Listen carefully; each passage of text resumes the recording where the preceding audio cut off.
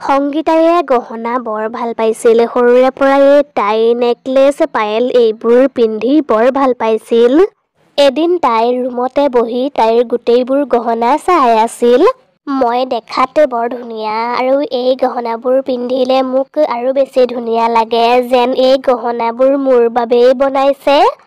সংগীতাৰ এগৰাকী খুৰীয়েক আছিল। খুৰীয়েকে সংগীতাক বৰ মৰম কৰিছিল। খুৰীয়েকৰ ওচৰত এযোৰ সোণৰ পায়েল আছিল আৰু সেই পায়েলযোৰ সংগীতায়ে সৰুৰে পৰাই বৰ ভাল পাইছিল আৰু সংগীতায়ে সেই পায়েলযোৰ খুৰীয়েকক প্ৰায়ে খুজি থাকে, কিন্তু খুৰীয়েকে সেই পায়েলযোৰ সংগীতাক দিয়া নাছিল। আৰু তেনেকৈয়ে এদিন সংগীতায়ে খুৰীয়েকক ক'লে, খুৰী, মইতো এতিয়া ডাঙৰ হ'লো, গতিকে তুমি মোক এতিয়া সেই পায়েলযোৰ দি দিয়া। সংগীতা, মই তোক এই কথাটো আগতেও কৈছো আৰু এতিয়াও কওঁ, সেই পায়েলযোৰ মই তোক তোৰ বিয়া হ'লেহে দিম। সেই পায়েলযোৰ মই তোক তোৰ বিয়াৰ দিনা উপহাৰ হিচাপে দিম। অহ খুৰী, সেই পায়েলযোৰৰ বাবে মই এতিয়া বিয়া হ'ব লাগিব। ঠিক আছে, মই সেই পায়েলযোৰৰ বাবে বিয়াও হ'ব পাৰিম। মইতো সেইটোৱেই বিচাৰো। সোনকালেই তোৰ বিয়া হওক আৰু তোৰ মন পচন্দৰ বস্তুটো মই তোক উপহাৰ হিচাপে দিওঁ। কিছুদিনৰ পাছতেই সংগীতাৰ বিয়া যোগেন নামৰ ল'ৰা এজনৰ সৈতে হ'ল আৰু বিয়াৰ দিনা খুৰীয়েকে সংগীতাক সেই পায়েলযোৰ উপহাৰ হিচাপে দিলে। বিয়া হৈ যোৱাৰ পাছত সংগীতায়ে এদিন তাইৰ গহনাবোৰ উলিয়াই চাই আছিল আৰু তেতিয়াই তাইৰ ৰুমলৈ তাইৰ ননদজনী গ'ল। আৰে বাহ নবৌ, আপোনাৰ ওচৰত ইমান ধুনীয়া ধুনীয়া গহনাবোৰ আছে, দেখিয়েই ভাল লাগিছে। তুমি ঠিকেই কৈছা, সৰুৰে পৰাই মই গহনাবোৰ বৰ ভাল পাইছিলো, সেইবাবে মোৰ ওচৰত বহুত ধৰণৰ গহনা আছে। আহা, মই তোমাক মোৰ গহনাবোৰ দেখুৱাও। সংগীতায়ে তাইৰ গহনাবোৰ ৰশ্মিক দেখুৱাবলৈ ধৰিলে। নবৌ, তোমাৰ গহনাবোৰ কিন্তু বৰ ধুনীয়া। তুমি ঠিকেই কৈছা, গহনাবোৰ বৰ ধুনীয়া, কাৰণ মোৰ পচন্দৰ যে, আৰু মাৰ্কেটত নতুন গহনাৰ ছেট আহিলেই মোৰ ওচৰত সেই গহনাৰ ছেটটো নহাকৈ নাথাকেই, বুজিলা? তেতিয়াই ৰশ্মিৰ নজৰ পায়েল থোৱা বক্সটোৰ ওপৰত পৰিল আৰু তাই বক্সটো লৈ খুলি চালে। আৰে বাহ নবৌ, এই পায়েলযোৰ সকলোতকৈ ধুনীয়া।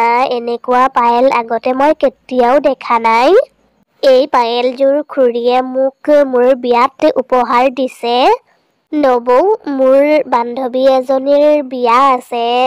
মই সেই বিয়াখন খাবলৈ গ'লে এই পায়েলযোৰ পিন্ধি যাব পাৰিম নেকি বাৰু? কি? এই পায়েলযোৰ? ৰশ্মি, তুমি মোৰ পৰা যি গহনা নিয়া লৈ যোৱা, মোৰ একো আপত্তি নাই, কিন্তু এই পায়েলযোৰ মই তোমাক দিব নোৱাৰো, কাৰণ এই পায়েলযোৰ মোৰ বৰ মৰমৰ। ৰশ্মিয়ে নবৌকৰ ওচৰত জেদ কৰিলে, কিন্তু সংগীতায়ে সেই পায়েলযোৰ দিবলৈ মান্তি নহ'ল। সেই কথাটোৰ বাবে ৰশ্মিৰ বহুত খং উঠিল। তাই নবৌকক একো নক'লে, কিন্তু তাই গৈ সেই কথাটো তাইৰ মাক মানে সংগীতাৰ শাহুৱেকক কথাবোৰ লগাই দিলে। অহ, তাইৰ ইমান সাহস হৈছে, মোৰ ঘৰতে তাই মোৰ ছোৱালীক সেই পায়েলযোৰ নিদিয়ে। তই বলচোন মোৰ লগত, চাওঁচোন তাই তোক সেই পায়েলযোৰ কেনেকৈ নিদিয়ে। তাৰ পাছত দুয়োজনী মাক জীয়েক সংগীতাৰ ৰুমলৈ গ'ল। কি হ'লেও বোৱাৰী, তই তোৰ পায়েলযোৰ ৰশ্মিক কিয় পিন্ধিবলৈ নিদিয়? তাই তোৰ পায়েলযোৰ খাই নেপেলাই নহয়, এবাৰ পিন্ধি আকৌ তোক ঘূৰাই দিব। নহয় মা, তেনেকুৱা কথা নহয়। আচলতে এই পায়েলযোৰ মোৰ বৰ মৰমৰ, সেইবাবে মই এই পায়েলযোৰ দিব বিচৰা নাই। বাকী তাই মোৰ যি গহনা পিন্ধে পিন্ধক। তাৰমানে তই মোক আৰু মোৰ ছোৱালীক অপমান কৰিছ, এয়াই তোৰ ব্যৱহাৰ। মই আপোনালোকক অপমান কৰা নাই, আপোনালোকে ভুল নুবুজিব।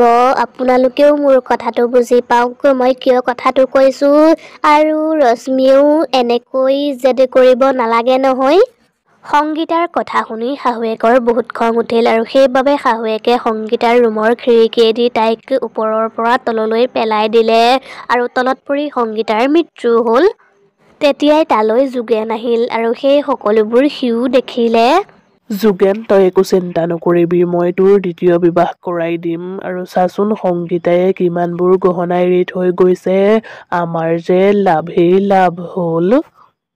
ৰশ্মিয়ে পোনপ্ৰথমে পায়েলৰ বক্সটো উঠালে আৰু মাক আৰু ককায়েকক ক'লে, মা আৰু দাদা, চোৱাচোন এই পায়েলযোৰ কিমান ধুনীয়া, এই পায়েলযোৰ কিন্তু মই পিন্ধিমেই। বাকীবোৰ গহনা তোমালোকে যি কৰা কৰি থাকা, এই পায়েলযোৰ কিন্তু মই তোমালোকক নিদিওঁ। চাবি আকৌ ৰশ্মি, সংগীতা চুৰেল হৈ আহি তোৰ পৰা এই পায়েলযোৰ লৈ নগলেই হ'ল। যোগেনৰ কথা শুনি মাক আৰু ভনীয়েকে হাঁহিবলৈ ধৰিলে। ঐ ব'ল এতিয়া সংগীতাৰ মৃতদেহটোৰ ঠিকনা লগাওঁ আৰু তাইৰ ঘৰলৈও খবৰ দিওঁ। তাৰ পাছত মাক, যোগেন আৰু ভনীয়েকে সংগীতাৰ গহনাবোৰ ভালদৰে আলমাৰীত ভৰাই থৈ দিলে। আৰু সিফালে সংগীতা মৰাৰ পাছত এজনী চুৰেল হৈ গ'ল আৰু তাই সেই সকলোবোৰ চাই আছিল।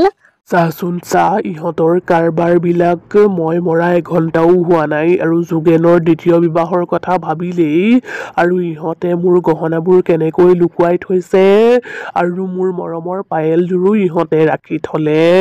মই ইহঁতক ভালকৈ এসেকা দিম, বিশেষকৈ ৰশ্মিক। কিছুদিনলৈকে চুৰেলজনীয়ে একো নকৰিলে, চুপচাপ সকলোবোৰ চাই থাকিলে। কিন্তু এদিন চুৰেলজনী ৰশ্মিৰ ৰুমলৈ গ'ল আৰু তালৈ গৈ দেখিলে ৰশ্মিয়ে তাইৰ পায়েলযোৰ পিন্ধি আছে আৰু তাই ক'ৰবালৈ যাবলৈ সাজু হৈ আছে। অ'হো, আহি গ'ল এই দিনটো। এই দিনটোৰ বাবেই মই বহুত দিনৰ পৰা অপেক্ষা কৰি আছিলো। ৰশ্মিয়ে সাজোন কাচোন কৰি গান গাই আছিল। এই শাড়ীখনৰ লগত যে পায়েলযোৰ বৰ ধুনীয়াকৈ মিলিছে। মোৰ পায়েল পিন্ধি তই বিয়ালৈ যাবলৈ ওলাইছ, আজি মই তোক এসেকা দিহে এৰিম। কিছু সময়ৰ পাছতেই ৰশ্মি, যোগেন আৰু মাক সাজু হৈ ঘৰৰ পৰা বিয়ালৈ বুলি ওলাই আহিলে আৰু সিহঁতৰ পাছে পাছে চুৰেলজনীও গ'ল। বিয়াঘৰ গৈ পাই ৰশ্মিয়ে তাইৰ বন্ধু-বান্ধৱীবোৰৰ সৈতে কথা পাতিবলৈ ধৰিলে। সিফালে মাক আৰু পিতেকে বিয়াঘৰৰ খানা খাই আছিল। তহঁতে মোক ইমানকৈ প্ৰশংসা কৰিব নালাগে, কাবেৰীৰ ফালেও চাচোন, আজি কাবেৰীৰহে বিয়া, তাইকো ভালেই লাগিছে দে। ৰশ্মিৰ কথা শুনি সকলোৱে হাঁহিবলৈ ধৰিলে। ৰশ্মি, মাক আৰু যোগেন ফূৰ্তিত থকা দেখি চুৰেলজনীৰ বহুত বেছি খং উঠিল আৰু তেতিয়াই তাই তাইৰ পায়েলযোৰত যাদু কৰিলে আৰু তেতিয়াই পায়েলযোৰৰ লগতে ৰশ্মিও বতাহত ইফালৰ পৰা সিফালে উৰিবলৈ ধৰিলে। ৰশ্মি তেনেকৈ উৰি থকা দেখি বিয়াঘৰত থকা আধা-আধি মানুহ তাৰ পৰা পলাল আৰু তেতিয়াই তালৈ মাক আৰু ককায়েক আহিল। মা, চোৱাচোন এইবোৰ কি হৈছে, মোক তোমালোকে বচোৱা, চোৱাচোন মই কেনেকৈ বতাহত উৰি আছো, মা তোমালোকে মোক বচোৱা। কোনোবায়ে মোৰ ছোৱালীজনীক বচোৱা, তাই বতাহত উৰি আছে, কোনোবায়ে তাইক তললৈ নমোৱা। তেতিয়াই তালৈ চুৰেলজনী আহিল। চুৰেলজনীক দেখি মাক, পিতেক আৰু তাত থকা মানুহবোৰে বৰ ভয় খালে আৰু তেতিয়াই চুৰেলজনীয়ে ৰশ্মিক সুধিলে, পাইছ এতিয়া মজা, তোক যদি তললৈ নমাব লাগে তেতিয়াহ'লে তই মানুহবোৰক কৈ দে এইযোৰ তই কাৰ পায়েল পিন্ধি আছ।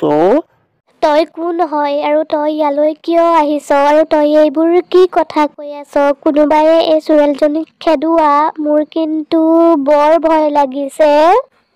তেতিয়াই দুজন মানুহে লাঠিৰে চুৰেলজনীক মাৰিবলৈ ধৰিলে। তাৰ ফলত চুৰেলজনীয়ে যাদু কৰিব নোৱাৰা হ'ল আৰু তেতিয়াই ৰশ্মি তললৈ পৰি গ'ল।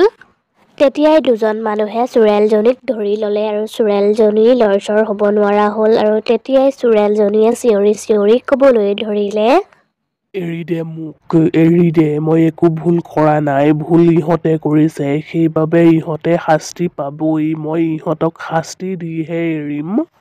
চুৰেলজনীৰ কথা শুনি তাত থকা মানুহবোৰ বৰ আচৰিত হ'ল আৰু তেতিয়াই মালা নামৰ ছোৱালী এজনীয়ে আহি চুৰেলজনীক সুধিলে, এইবোৰ কি কৈ আছে আপুনি, ভালকৈ বুজাই কওকচোন।